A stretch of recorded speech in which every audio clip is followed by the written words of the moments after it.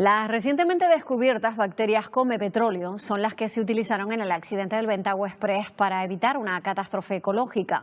El barco encalló el pasado mes de enero en el puerto de Agaete, en Gran Canaria, y se produjo el derrame del combustible que portaba el barco. Afortunadamente, los científicos británicos ya habían encontrado a 11.000 metros de profundidad en el mar un microorganismo que se alimenta de petróleo. Pero esto no es todo. Además de comer petróleo, son capaces de producirlo. Para hablar de ese vertido y de todo esto, hoy tenemos en Buenos Días Canarias a Jesús Cisnero, que es doctor en Ciencias del Mar y también experto en Ingeniería de Puertos de las Palmas de Gran Canaria. ¿Qué tal? Muy buenos días. ¿Qué tal? ¿Cómo estamos? Bueno, ¿qué son esas bacterias y cómo actúan? Bien, las bacterias prácticamente es el único organismo, en general las bacterias, que es capaz de degradar el petróleo. Los demás organismos, cuando se enfrentan al petróleo, ingieren o se les queda adherido, sufren las consecuencias, es decir, es un veneno para el resto de los organismos. En cambio, las bacterias lo que hacen es comen el petróleo. ¿Qué quiere decir? Que son capaces de digerirlo, son capaces de romper las cadenas de carbono. El hidrocarburo deja de ser tóxico y lo incorporan como materia orgánica. Después estas bacterias cuando acaba el petróleo, se mueren y son digeridas o comidas ya como materia orgánica, no como petróleo, en la cadena trófica. ¿Qué ocurre cuando se produce un vertido de combustible? ¿Cuáles son los pasos que habría que seguir? Nosotros hemos tratado de cambiar un poco los pasos que se están dando. Normalmente, ahora mismo, el ataque a una mancha de petróleo es tratar de eliminarla de la superficie. Tratar de eliminar la superficie con dispersantes o métodos dispersivos mecánicamente con las embarcaciones. Ahí se ven las imágenes, las embarcaciones fuera a borda que iban tratando de dispersar las manchas. ¿Qué pasa con esa dispersión? El problema es que ese petróleo o ese hidrocarburo que está en superficie pasa a la columna de agua. De ahí se mezcla con sedimentos, porque estamos batiendo continuamente estas hélices, y pasa al sedimento. Sea en columna de agua y sea en sedimento, el hidrocarburo hace mucho más daño.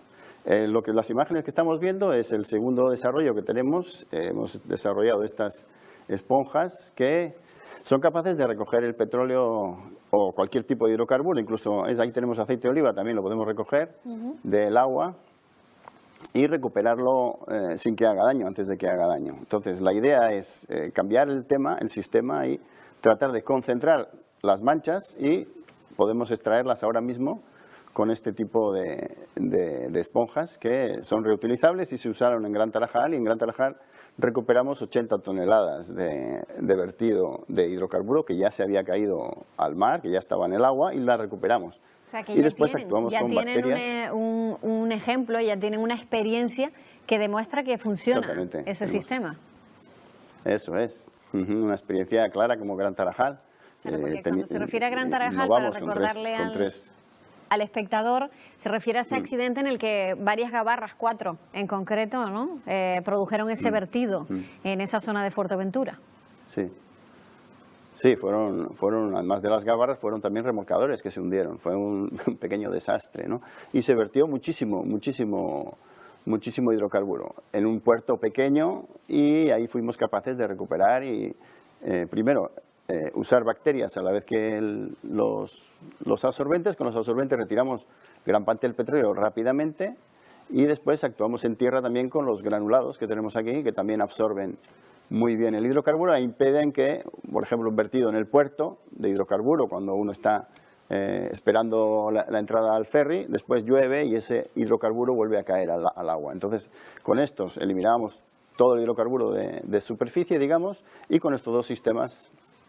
Ahí están las bacterias, que es lo que son, es un liofilizado, como el Nescafé, y ahí tenemos los granulados, estos granulados absorbentes que eliminan cualquier mancha de aceite del terreno, del suelo, de la ropa, de las herramientas, de las botas. ¿Sí? Ahí tenemos, esos son las bacterias que vienen en un liofilizado que hay que mezclar con agua, darle un poco de nutrientes y excitarlas un poco para echarlas. Y estos son los granulados que eliminan cualquier vertido que se produzca en carreteras, por ejemplo, se está usando ya y en esto.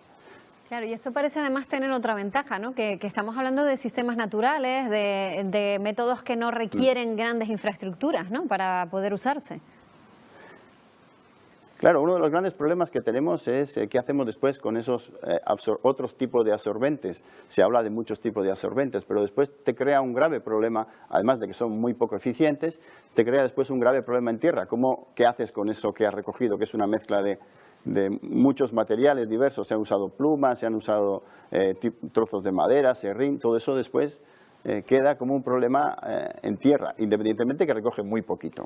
Estas esponjas recogen 30 veces su peso cada vez y son reutilizables, es decir, 1 kilo retira 6 toneladas, hasta 6 toneladas más de vertido que ya está en el agua. Y después las bacterias reducen esa peligrosidad inmediatamente y después llegan a sitios donde uno no puede llegar, entre las rocas, debajo de la arena. Las bacterias buscan el hidrocarburo y lo degradan. Ya digo, no es como los peces que cuando cogen hidrocarburo se contaminan, se ponen enfermos y otro que viene y se los come incorpora el petróleo. Las bacterias lo destruyen, para así decirlo. Separan todas las cadenas de carbono y eso ya deja de ser hidrocarburo tóxico, ya empieza a ser materia orgánica. ¿Y todos los combustibles actuarían igual? ¿Qué combustible entrañaría más riesgos en una contaminación? Sí, se está hablando de muchos tipos de combustible. En principio los hidrocarburos ligeros, es decir, son los que más inciden directamente. Después están los pesados, que obviamente tienen otra característica que se pegan a las superficies y quedan por muchos años. Entonces, todos son peligrosos y unos permanecen más tiempo que otros en la naturaleza.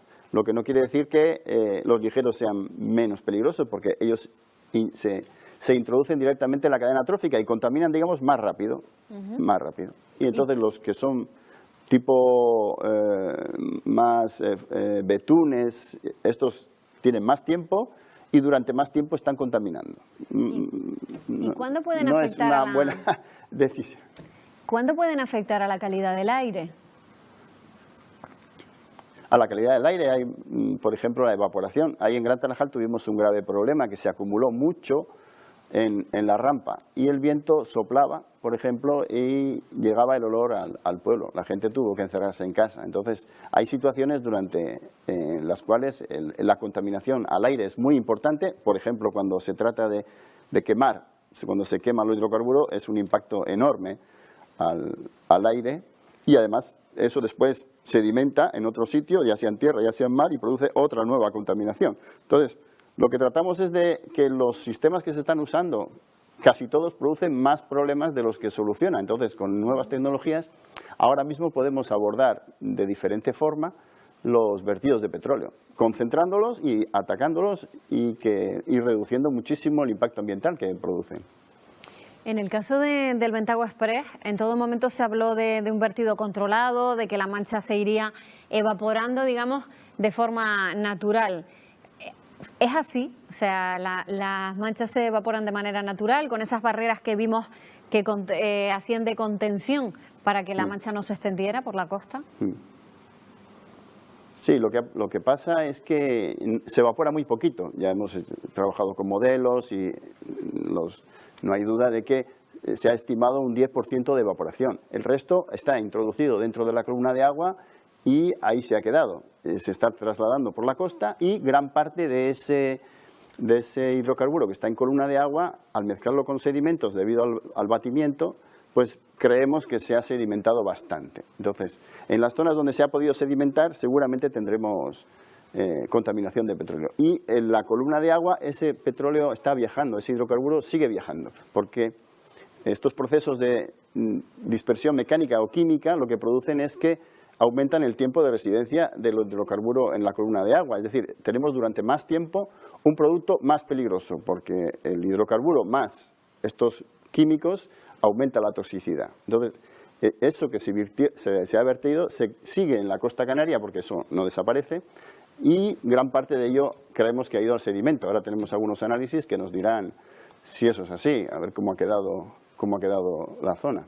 O sea, que Pero diría, un vertido de hidrocarburos siempre hace un impacto grave en el medio.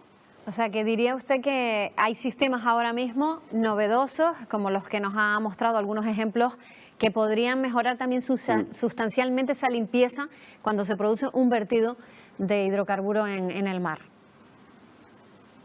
Es lo que estamos tratando de promocionar después de la gran actuación en Gran Tarajal, donde evitamos un grave desastre, que eso se extendiera, y nos está costando muchísimo extender porque hay muchas reticencias. También los protocolos son muy difíciles de cambiar, estamos en un sistema muy burocratizado y eso, y de todas formas la nueva tecnología cuesta muchísimo. Pero ahora mismo somos capaces de tratar de otra forma vertidos que ni siquiera con la tecnología que hay ahora mismo se pueden tratar. Por ejemplo, vertidos de gasoil o de hidrocarburo ligero, o pequeños vertidos que simplemente se dejan, como dicen la famosa palabra, dispersarse en el mar. Dispersarse quiere decir contaminar. Y nosotros lo que tratamos es de que cambie la mentalidad. En vez de dispersar, concentrar y atacar la mancha, pues ya sea con bacterias, ya sea con esponjas, e incluso tenemos otros sistemas todavía que están desarrollándose y que ya tienen salida ahora mismo, comercial y para utilizarlo ya. Pues Jesús Cisneros, muchísimas gracias por esta explicación tan útil. Seguro que volveremos a hablar con usted. Gracias, buenos días. Bien, gracias, a su disposición. Muchas gracias.